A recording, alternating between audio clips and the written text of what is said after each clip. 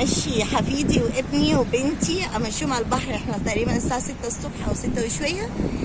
احنا محرومين من البحر بس وحشنا يعني. بصوا الجمال ده،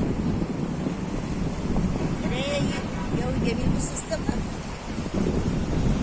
كل سنه وانتم طيبين، وربنا يعود علينا الايام بخير يا رب، واللي جاي افضل باذن الله. صباح الورد. بصوا شايفين الحته اللي هناك دي الناس قاعده بتصطاد عليها؟ تعالوا اوديكم هناك واحنا هناك نصور تاني. يلا بصوا بقى احنا داخلين عليه دلوقتي. بصوا الجمال ده. طبعا الارض زي ما انتم شايفين كلها صخور، بس هنعدي بالراحه. ها يلا تعالي.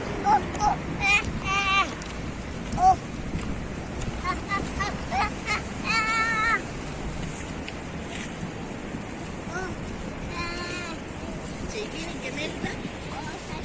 عايزه اضرب غطس.